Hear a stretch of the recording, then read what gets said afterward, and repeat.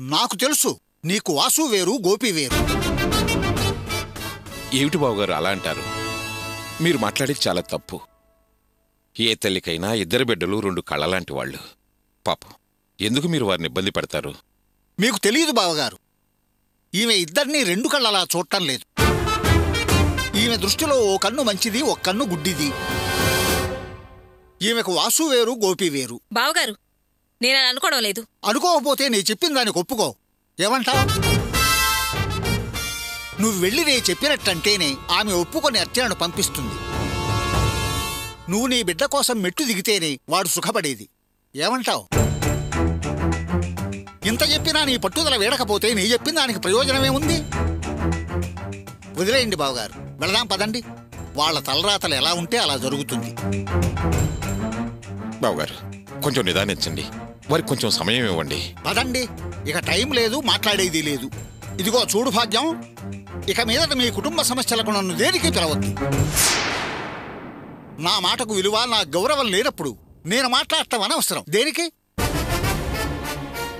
ఎప్పుడూ మీ గొడవల్లోకి నన్ను లాక్కండి. పదండి వెళదాం.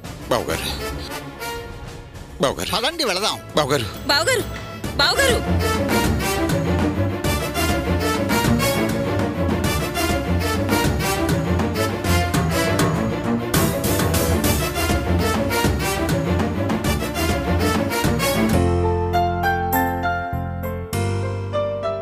అయ్యా నమస్కారం. నమస్తే, రండి కూర్చోండి.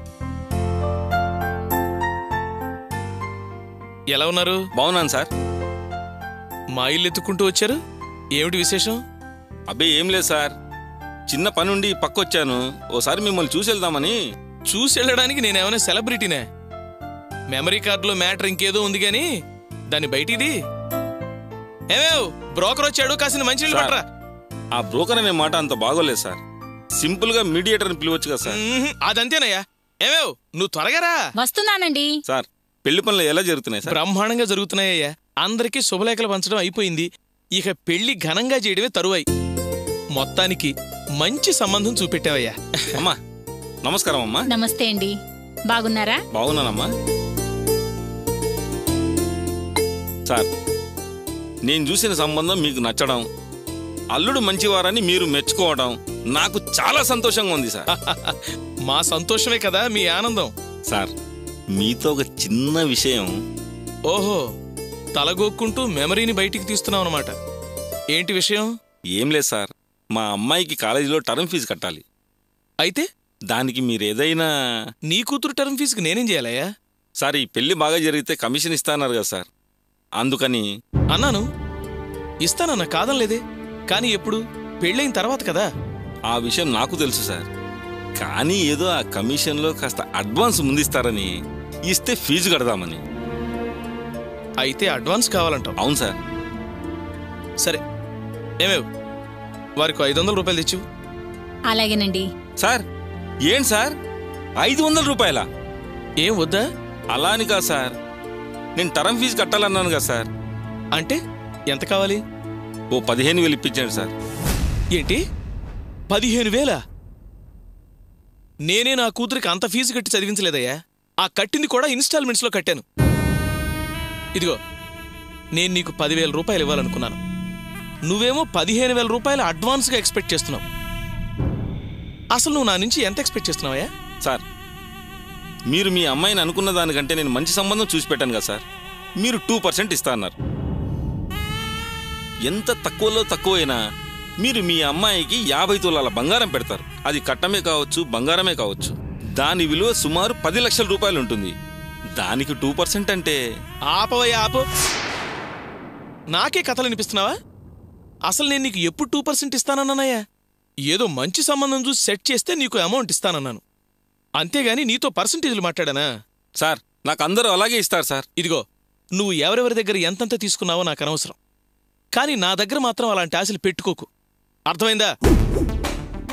అవును, 2% ఇవ్వాలని ఈ ఊళ్ళో ఏమైనా చట్టం పెట్టారా? అసలు నేను పెళ్లి చాలా సింపుల్గా చేద్దాం అనుకున్నాను. అల్లుడు కట్నం వద్దన్నాడని ఏదో ఆ డబ్బును కాస్త బంగారానికి పురమాయించాను. దాన్ని ఆసరాగా తీసుకుని 2% వసూలు చేద్దాం అనుకున్నావా?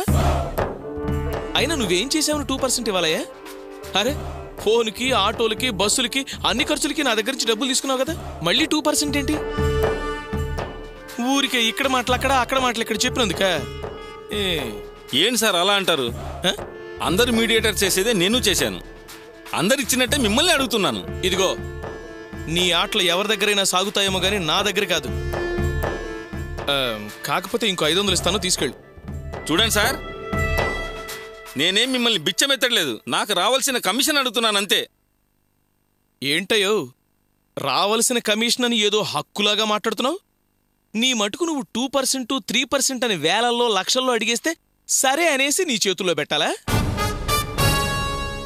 ఇదిగో చూడు, మాకు పెళ్లి కొడుక్కి మంచి అండర్స్టాండింగ్ కుదిరింది, సంబంధం కుదిరింది. కేవలం పరిచయం మాత్రమే నువ్వు చేశావు, సరేనా? అందరికీ శుభలేఖలు పంచడం కూడా అయిపోయింది. నీకు కమిషన్ ఇవ్వను అంటే ఏం చేస్తావయ్యా? ఏంటి సార్ ఇది? యాండి, ఏమిటండి ఆ మాటలు? వారే లేకపోతే మన అమ్మాయికి ఇంత మంచి సంబంధం వచ్చుండేదా? అసలు ఏం ఇవ్వను అనే మాట అనకండి, కాస్త అటు ఇటు చూసి ఇవ్వండి. నువ్వు నోరు మూస్తావా? డబ్బుల విషయంలో ఉచిత సలహాలు ఇవ్వకు, లోపలికెళ్ళే. చూడండి, మన అమ్మాయికి మంచి సంబంధం చూశారు. ఇప్పుడు వాళ్ళ అమ్మాయికి ఫీజు కట్టాలి అంటున్నారు. కాస్త చూసి చెప్పండి. సరేనయ్యా, మా ఆవిడేదో చెప్తుంది కాబట్టి మరో 1500 కలిపి 2000 ఇస్తాను, తీసుకెళ్ళు. తీసుకొచ్చు. సార్, నేను నా కమిషన్ డబ్బులే కదా సార్ అడుగుతున్నాను. అది నా కూతురు చదువు కోసం అడుగుతున్నాను. దాన్నెందుకు సార్ ఇలా తగ్గించాలనుకుంటున్నారు? మీ అమ్మాయి ఫీజు కట్టడానికి నేను లాస్ కావాలా?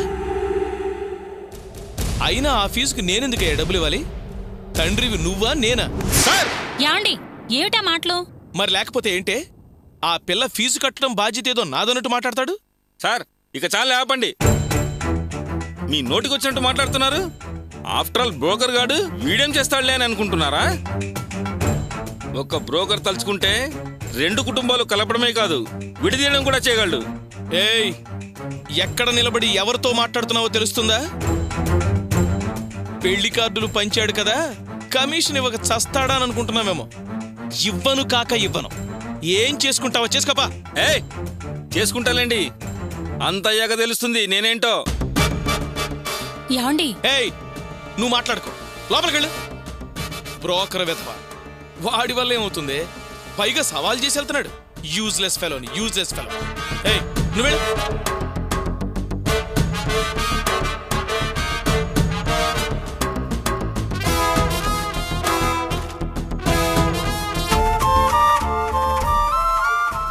అసలు ఎవరిని అడిగి మీరు ఆవిడ గారి దగ్గరికి వెళ్ళారండి?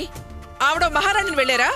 ఆవిడ ఏమీ సమాధానం చెప్పలేదు అంటే ఆవిడ గారి అహంకారం ఏమిటో అర్థమైందా? ఎందుకు వరలక్ష్మి అలా మాట్లాడతావు? వెళ్ళి మాట్లాడితే మన కిరీటాలు ఏమైనా ఊడిపోతాయా? ఎక్కువ తక్కువల గురించి మాట్లాడే సమయమేనా ఇది? వాళ్ళని అన్యాయంగా విడదీస్తూ మనం పాపం మీద పాపం చేస్తున్నావే. ఏదో ఒక నిర్ణయం తీసుకోవాల్సిన అవసరం ఉందా లేదా? ఆవేమనుకున్నా ఏమన్నా పర్వాలేదనుకునే వాళ్ళ బావగారిని వెంట తీసుకుని వెళ్ళాను. కానీ వాళ్ళ మాటలను బట్టి చూస్తే ఆమె దిగొచ్చేటట్లేదే. ఆవిడెలా మెట్టు దిగుతుందండి? దిగితే ఆవిడ గారి గౌరవ ప్రతిష్టలు తగ్గిపోవు. అందుకే నా అభిప్రాయం నిర్మోహమాటంగా చెప్తున్నాను, వినండి. మన అమ్మాయి వాళ్ళ అబ్బాయితో కలిసి ఉండే ప్రసక్తి లేదు. అది నాకు ఇష్టం లేదు. అదొక లంక, ఆవిడ లంకిడి. నోరు మెయ్యవే. నీ ఇష్టం వచ్చినట్టు వాక్కు. ఈ లోకంలో ఒక్కదానివే మంచిదానివైనట్టు మిగిలిన వాళ్ళందరూ చెడ్డవాళ్ళైనట్టు మాట్లాడతావే.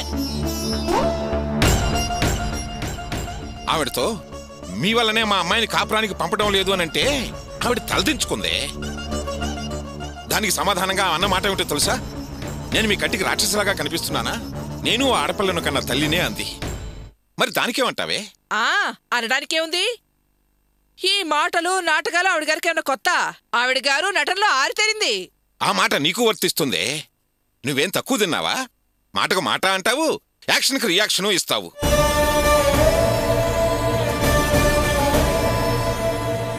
అర్చన అత్తగారని కూడా చూడకుండా ఆవేళ ఆవేశంలో చెయ్యెత్తింది. నా కోపం వచ్చి బయటకు గెంటేశాను. అది నేను ఆవేశంలో చేసిన పనేను. ఆ తర్వాత చాలా బాధపడ్డాను అంది. ఆవిడంది, మీరు నమ్మారు. మనం దీన్ని అలా వెనక ముందు చూడకుండా ఎవరి మీద పడితే వాళ్ళ మీద చెయ్యెత్తేలా పెంచావా? అసలు విషయం దీన్నే అడగండి, ఎదుర్కొండానేగా ఉంది. నాన్న, వాళ్ళు చెప్పేది అబద్ధం. ఆ రోజు నేను అత్తయ్యని కొట్టడానికి చెయ్యి ఎత్తలేదు. నువ్వు ఆగవే, మళ్ళీ మాకేం చెప్తావు? అయినా నీ గురించి మాకు తెలీదా ఏంటి? దీనికి మంచి చెడు గౌరవ మర్యాదలు ఇవ్వడం బాగా తెలుసండి. నా పెంపకం అలాంటిది. అర్చన ఆవిడ కూడా తల్లిలా చూసుకునేది, అలాంటిది ఆవిడ మీద చేయెత్తుతుందా? అనవసరంగా ఆవిడ మాటలు నమ్మి దీన్ని అవమానించకండి. అసలు ఆవిడ గారికి ఆ కొడుకు మీద ప్రేమ లేనే లేదు. మన అమ్మాయితో కాపురం చేయించడానికి ఇష్టం లేదు. ఆవిడ రాక్షసి, మూర్ఖురాలు. ఏమే, నాకొక్కడి చెప్పవే, అసలు నువ్వు నీ కన్న కూతురు జీవితం సాఫీగా సాగాలి అనుకుంటున్నావా లేదా? ఏంటండి ఆ ప్రశ్న? దీని జీవితం సంతోషంగా ఉండాలనే కదా. నేను చేసిన పూజలు, వ్రతాలు ఎన్నో నాకు తెలుసు, ఆ దేవతలకు తెలుసు. మీరే తెలుసుకోలేకపోయారు.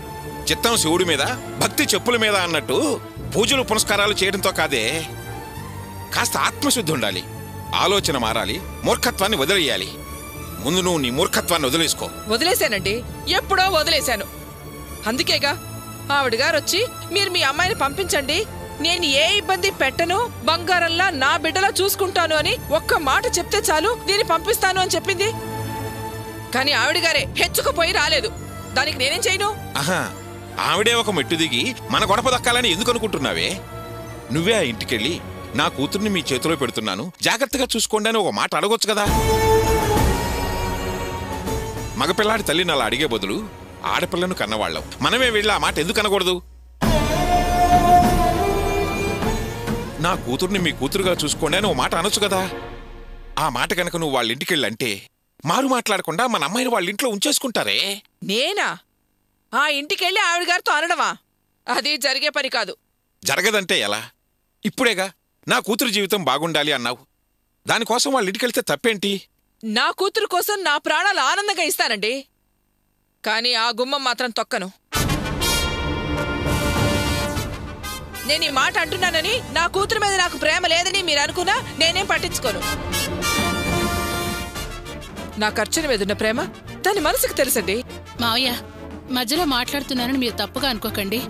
మీరు మాట్లాడే మాట అస్సలు బాగాలేదు, పద్ధతిగా అస్సలు లేదు కదా అత్తయ్య. అత్తయ్య గురించి మీకు తెలుసు, ఆవిడ ఆత్మాభిమానం, మనింటి గౌరవ ప్రతిష్టలు అన్నీ తెలుసున్న వాళ్ళు. ఏమీ లేని ఆవిడే అంత పొగరుగా మాట్లాడుతుంటే మనకింకెంత ఉండాలి? అన్నీ వదిలేసి అత్తయ్యను తలదించుకుని ఆవిడ దగ్గరికి వెళ్ళమని మాట్లాడుతున్నారు. ఎందుకంటే దీని పట్టుదలలు, పంతాలు, ఈ గొడవలన్నిటికీ కారణం కాబట్టి. పెళ్ళైన దగ్గర నుంచి ఇంతవరకు ఆ ఇంటి గడప తొక్కలేదు కాబట్టి అదే ఆవిడ కోపం. ఏం మాట్లాడుతున్నారు మావయ్య? మొన్న అర్చన స్పృహ తప్పి పడిపోయిందని తెలిసి ఆత్రంగా మీరు పరిగెత్తుకుని వెళ్తే చీపురు మొహాన విసిరింది. ఈసారి వెళ్ళినప్పుడు మొహాన చెప్పులు విసిరదని ఏంటి గ్యారంటీ? ఏంటమ్మా జయంతి, నీ మాటలు వింటుంటే అది వెళతానన్నా నువ్వెళ్ళనిచ్చేటట్లేవే. నేనేదో నచ్చజెప్పి దాన్ని ఒప్పిద్దామని చూస్తుంటే నువ్వేంటి పాలగిన్నెలో ఉప్పుగల్లు వేసినట్టు దాని మనసు విరిచేయాలని చూస్తావేంటి? మీరు మార్చాలేరు, అది విరచాలేదు. ఈ పట్టుదల నాకు పుట్టుకతో వచ్చింది. అయినా ఇప్పుడు అదేం తప్పు మాట్లాడి నా మనసు విరుస్తుంది అంటున్నారు?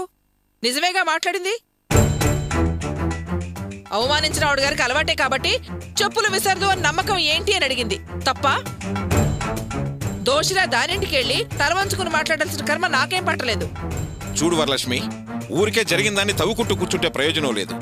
జరగాల్సిన దాని గురించి ఆలోచించు. వయసుతో పాటు పెరగాల్సిన ఆలోచనలు నీకు పెరగటం లేదు. ఆవిడేం కావాలని అవమానించలేదే. నేను అన్నీ విచారించాను. ప్రతి చిన్న విషయాన్ని భూతద్దంలో చూడటం మానుకో. కూతురు జీవితం బాగుండాలని నువ్వు అనుకుంటే నీ పంతం మానుకొని నాకు తోడుగా నిలబడు.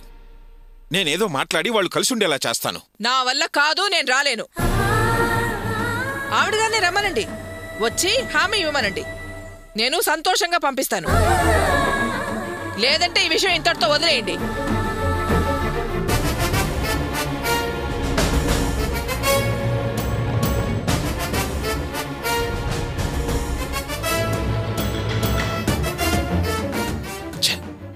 ఇది జన్మలో మారదు.